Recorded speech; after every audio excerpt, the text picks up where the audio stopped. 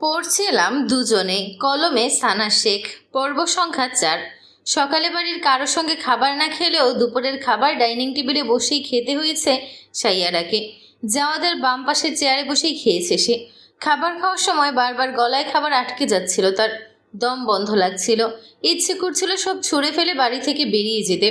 এখন বিকেল 5টার উপর বেজে গেছে। সাইয়ারাকে সাজানো হচ্ছে এখন। সাজাচ্ছে জাওয়াদের মামতো বোন। সাইয়ারা পুতুলের মতো বসে আছে। সব অনুভূতি চেপে রেখেছে নিজের ভেতর। ভারী মেকআপ, চোখে গাঢ় কাজল আর ঠোঁটে ডার্ক লিপস্টিক। আয়নায় নিজের প্রতিবিম্বের দিকে তাকিয়ে আছে সাইয়ারা। এই অপরূপ রূপের আড়ালে সাইয়ারার ভেতরের অনুভূতিগুলো এখন সম্পূর্ণ ভোঁতা নিষ্প্রাণ। নিজের এই সাজগোজ, মানুষের আনাগোনা সবকিছু তার কাছে এক প্রহসন মনে হচ্ছে। ননদের প্রশংসা শুনেও তেমন কোনো প্রতিক্রিয়া দেখালো না।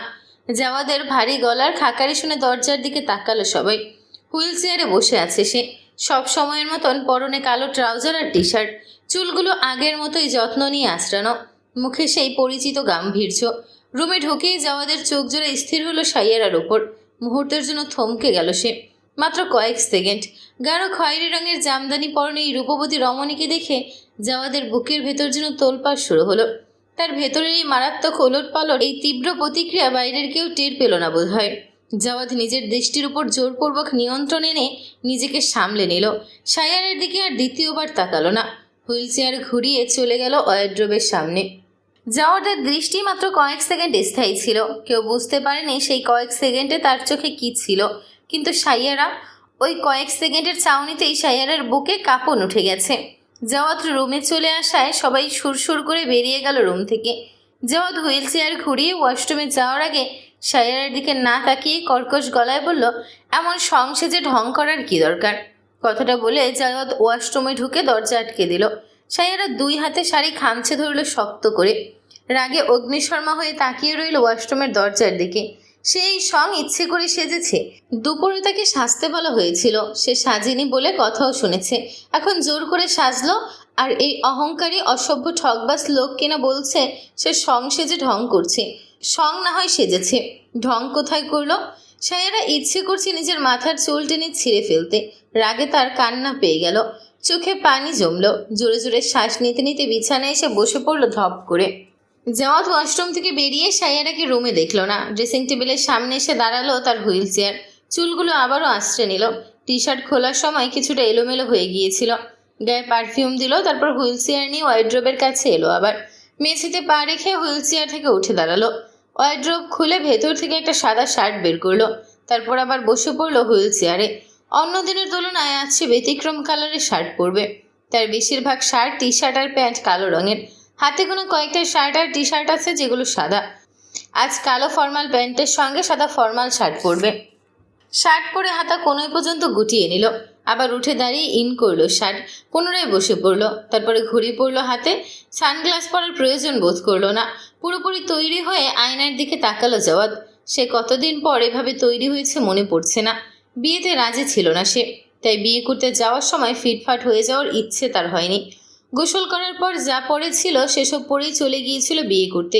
চুল দাড়িও কাটে না অনেক দিন হলো। জীবনের প্রতি চরম উদাসীনতা তৈরি হয়েছে তার। তার বারবার মনে হয় 3 বছর আগে ওই অ্যাক্সিডেন্টে সে মরে গেলেই ভালো হতো।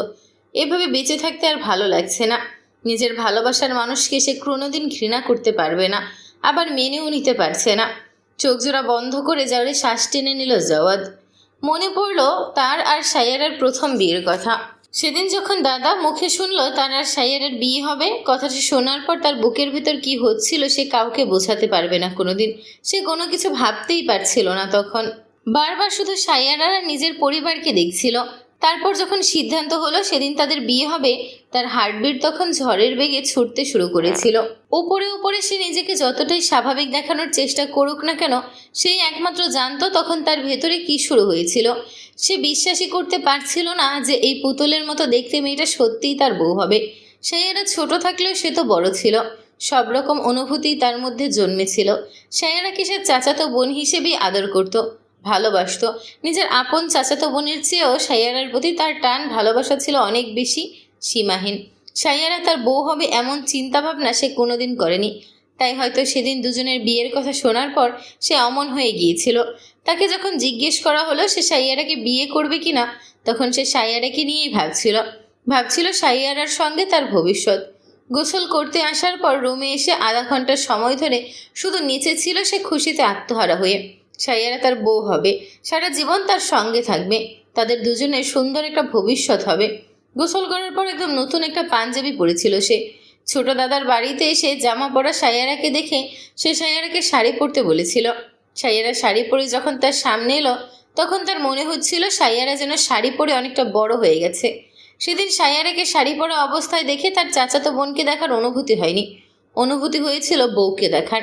বিয়ের পর থেকে সকলের সামনে সে আর সাইয়ারাকে কোলে কাঁধে নিত না, কেন যেন লজ্জা লাগতো তার। সাইয়ারাকে একা পেলে মোটেও সে ছাড় দিত না, জাপটে ধরতো, নরম তুলতুলে গালে ঠোঁট দাবিয়ে চুমু খেত। আগেও খেত, কিন্তু বিয়ের আগের আর বিয়ের পরের অনুভূতি তার কাছে ছিল সম্পূর্ণ আলাদা। তবে শুধু এতটুকুই, সাইয়ারার গালে, মাথায় আর হাতেই শুধু চুমু খেত সে।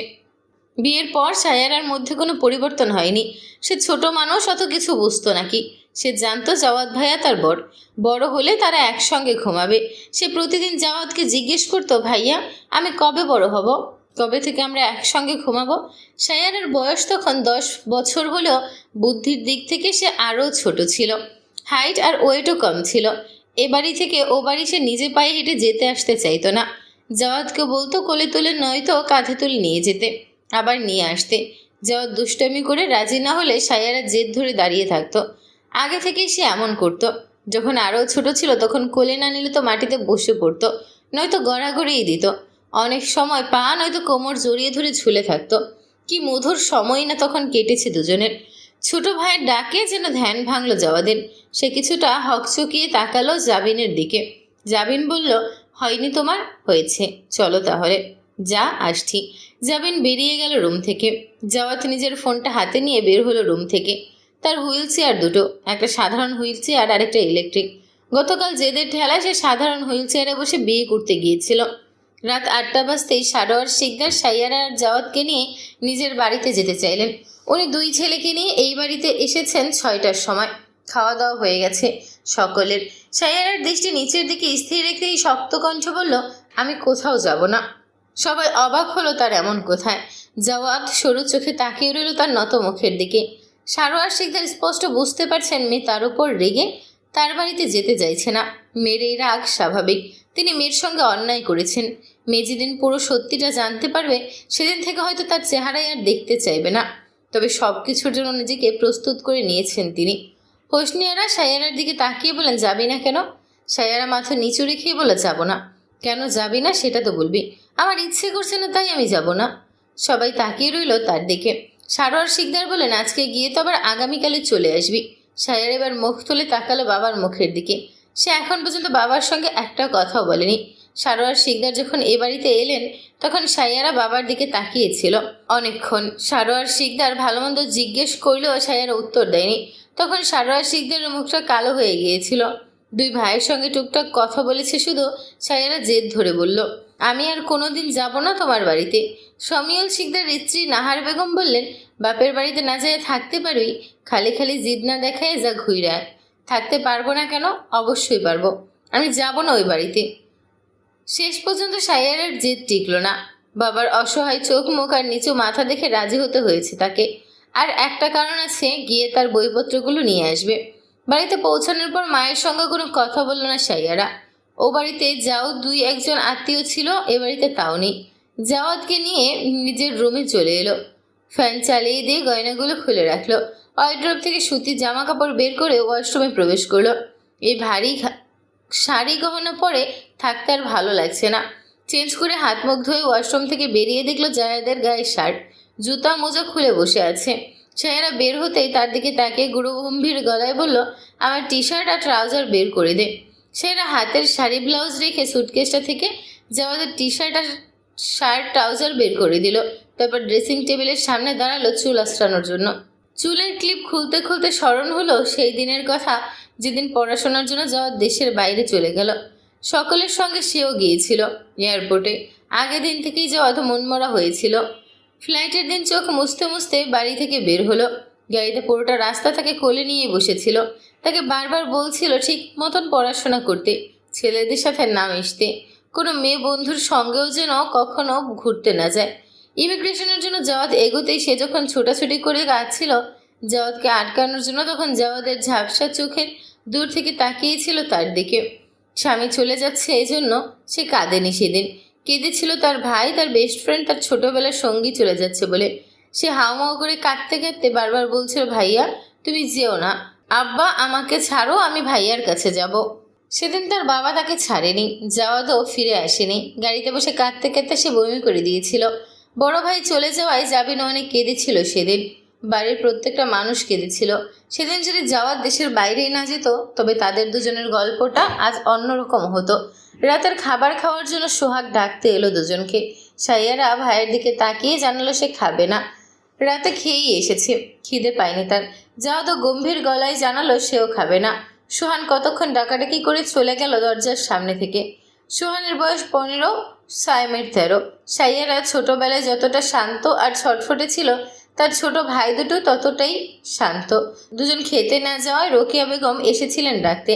দুজনের একজনও খাবে না, জোরাজুরি করেও খাওয়ার জন্য নিয়ে যেতে পারেননি। রাত 11টার পর রুম থেকে বেরিয়ে এলো জাওয়াদ। তার ভালো লাগছে না এবারই, ঘুমোতেও ইচ্ছে করছে না।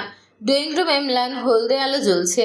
বড় খোলা বারান্দা আছে বাড়িতে, সেদিকে এগোলো সে। বাড়িটা পুরনো এবং বেশ বড়। ছোটবেলায় বেশিরভাগ সময়টা তার বাড়িতেই কেটেছে। নিজের ছোট ভাই থাকা সত্ত্বেও শুভ্র তুলতুলে পুতুলের মতন মেয়েটার টানে সে বারবার ছুটে আসতো। ছোট্ট সাইয়ারাকে সে ঘন্টার পর ঘন্টা কোলে নিয়ে বসে থাকতো। সাইয়ারা ঘুমিয়ে গেলেও সে কোল থেকে নামাতো না। ঘুমন্ত সাইয়ারাকে তার কোল থেকে নেওয়ার জন্য জোড়াজুড়ি করলেও সে আরও শক্ত করে চেপে ধরে রাখতো। সাইয়ারের জন্য কি পাগলামিটাই না করতো তখন। আর ওই মেয়ে তাকে কিভাবে ভুলে গেল, কিভাবে ঠকালো। ড্রয়িং রুম পার করার আগেই দেখা হলো সারোয়ারের শিকদারের সঙ্গে। তিনি বড় বারান্দা থেকে আসছেন। জাওয়াদকে ড্রয়িং রুমে দেখে বললেন, ওদিকে কোথায় যাচ্ছ? জাওয়াদ চুপ করে রইল। উত্তর দেওয়ার প্রয়োজন বোধ করল না সে। হুইল চেয়ার নিয়ে আবার এগোতেই সারোয়ার শিকদার বললেন, জাওয়াদ না ঘুমিয়ে কোথায় যাচ্ছ? জাওয়াদ থামলো, পিছু না ফিরেই বলল, যেদিকে যাই তাতে আপনার কি? সারোয়ার শিকদারকে কিছু বলতে না দিয়ে চেয়ার ঘুরিয়ে গুরুগম্ভীর গলায় বলল, একটা সত্য কথা বলুন তো। সারোয়ার শিকদারের বুক দুরু দুরু করতে লাগলো। কোন সত্য কথা জানতে চাইবে জাওয়াদ? নিজেকে স্বাভাবিক দেখানোর চেষ্টা করে বলল, কোন সত্য কথা জানতে চাইছো তুমি? আপনার মেয়ের বয়ফ্রেন্ডের কি হয়েছে? সারোয়ার শিকদারের মুখ চুপসে ফ্যাকাশে হয়ে গেল। ম্লান আলোর বিপরীতে থাকায় তার মুখের অভিব্যক্তি খুব একটা বুঝতে পারল না জাওয়াদ। সারোয়ার শিকদারকে চুপ থাকতে দেখে জাওয়াদ আবার বলল, কথা বলছেন না কেন? আপনার মেয়ের বয়ফ্রেন্ড কোথায়? কি হয়েছে তার? আপনি আপনার মেয়ের মতের বিরুদ্ধে গিয়ে জোর করে তাকে আবার আমার হাতে তুলে দিচ্ছেন। এটা তো ক্লিয়ার আপনার মেয়ে এখনও ওই ছেলেকে ভালোবাসে। আরে কথা বলছেন না কেন? সারোয়ার শিকদার নিজেকে সামলালেন, বললেন, পুরনো কাসন্দে কেন ঘাটছ? ওইসব ভুলে যাও এখন।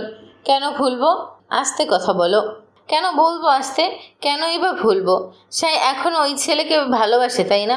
আপনি টাকার জন্য আর আব্বুর চাপে ওর ভালোবাসাকে সারোয়ার শিকদার মাঝপথেই থামিয়ে দিলেন জাওয়াদকে। চলে যাওয়ার জন্য পেছন ফিরতে দেখলেন সাইয়ারা দাঁড়িয়ে আছে। মেয়েকে দেখে গলা শুকিয়ে কাঠ হয়ে গেল ওনার। শ্বাস নিতেও যেন ভুলে গেলেন।